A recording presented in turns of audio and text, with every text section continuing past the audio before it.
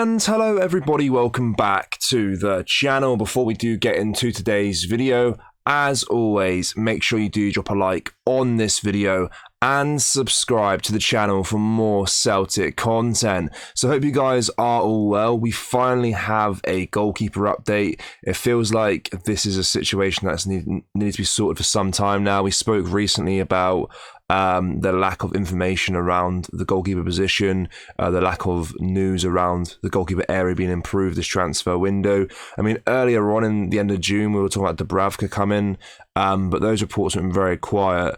And since then, it's been literally no news whatsoever with regards to a potential goalkeeper signing until today. So we'll discuss that in just a moment. But again, I want to go over Andy Rojas because today he's spoken out about his future in Costa Rica and where he sees himself in the next couple of years, I suppose, where he wants to play his football.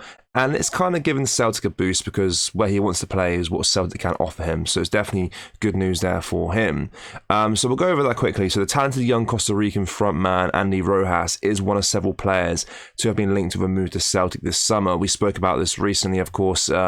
He's 18 years old, very young. He was the youngest ever Costa Rican to play in the Copa America. A great achievement for him.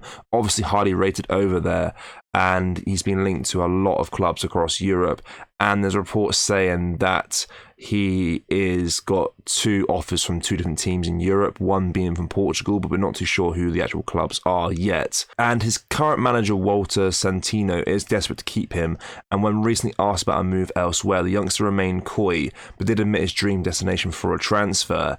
He said, "I have to focus on being here at Herediano until I'm told something differently. I have to wait and see what happens. I'm calm, I'm still here in Costa Rica and the time will come. Right now, I'm only thinking about being professional. I have always dreamed of playing in Europe and hope it can come true." So we could, of course, offer him the opportunity to play in Europe, in the Champions League. We are qualified again this season. We qualify most years, given the fact of the format of the league and how good we are in the league. And I think that could be a good opportunity for him. I mean, if there's teams across Europe that want him that aren't playing in Europe, he probably would prefer a move to Celtic. But of course, there might be teams in Portugal, as you mentioned, like Porto or Benfica, that could offer him the same type of football. So the transfer fee initially was £800,000. That wasn't up until before a lot of clubs were interested in him. So we're looking at around £2 to £3 million if we want to kind of get the negotiations underway. But of course, we'll have to beat or match what the other teams offered him already, or offered the club for him already. So it'll be a bit of a bid and war for him, but definitely a big boost there that he wants to, potentially play in Europe pretty soon. And not stick around in Costa Rica too long. Of course, footballers have to be a bit coy, as I mentioned, and not really push for a move like that with the media. But he's definitely open to the move to Europe, which is definitely a massive, massive boost for Celtic. And it's something we can offer him if he decides to come to us. Again, not my first choice signing for a player, but he could be a good player for the future. Of course, a lot of teams interested in him, so you would expect he's quite good. But definitely shouldn't be our priority signing right now. But a position that should be a priority is goalkeeper, and that's what we're going to discuss right now, because Celtic are gearing up for another attempt to secure a top goalkeeper this summer. The Hoops have set their sights on finding Joe Hart's replacement, and are reportedly confident a deal can be struck for one of their top targets. Sparta Praha's Peter Vindel Hensen, a Danish shotstopper, has emerged as a prime candidate for Celtic according to Record Sport. The Czech side remains steadfast in their demand for over £8 million, according to Scott Burns of the Daily Record, and at this point, which is certainly affordable for the Scottish champions. The same report claims Jensen sees a move to Scotland as the next step in his career. The primary hurdle remains Sparta Praha, who are keen to retain him for their own Champions League campaign, but he could very well be part of Celtic's. Sparta Prague had only recently signed the keeper on a permanent deal, having initially bought him on loan from AZ Alkmaar. If they get a sizable fee from Celtic, it would be akin to Jack Hendry move to Belgium for a nominal pre-agreed transfer fee, only to be sold for a much larger price in the same window. Since Joe Hart announced his retirement back in February, Celtic have been maliciously scouting potential replacements. Although Scott Bain is currently the number 1 in pre-season, he's not considered good enough by Brendan Rodgers to hold down that position.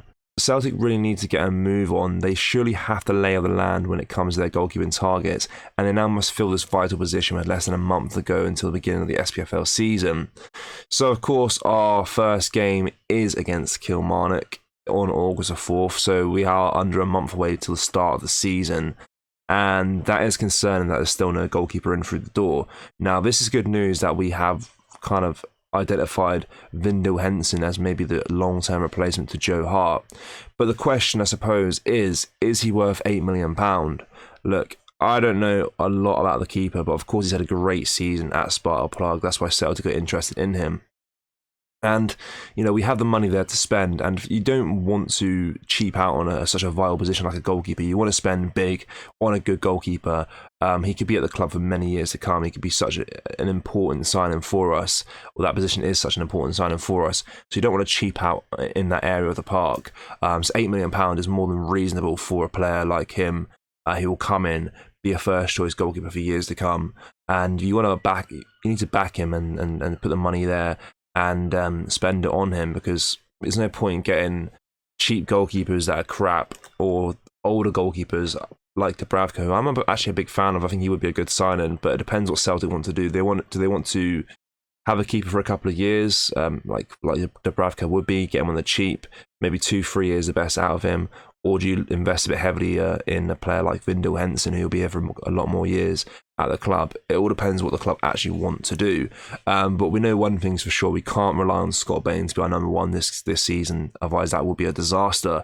So, of course, as I mentioned, the season kicks off on August the 4th. I'd ideally like a keeper to be in for the American preseason tour to get used to the team, his new teammates, the environment, before he starts the campaign on August the 4th against Kilmarnock, because it's you're getting thrown straight into the deep end. Then if you start your first game for Celtic is a competitive match, you'd rather him have pre-season to play before anything else. So hopefully this deal can get done over the line. Either him or Dubravka I'm happy with, to be fair, but Vindal Henson might be my favourite just because he's a bit younger. We will have to invest more into him, £8 million, but it would be a good sign if he does a good job for us, and he could be here for many years to come. But I want to know your thoughts on the situation with the goalkeeper. Do you think Celtic should spend that £8 million on Vindal Henson from Sparta Prague? Yes or no? Or should we look elsewhere for other goalkeeping options? Let me know down in the comment section below. And of course, also comment your thoughts on this Andy Rojas situation. Do you think Celtic should sign him, yes or no? It's kind of an ongoing situation at the moment. The last 3 days we spoke about him, so it's definitely heating up there with regards to him. A lot of teams interested in him.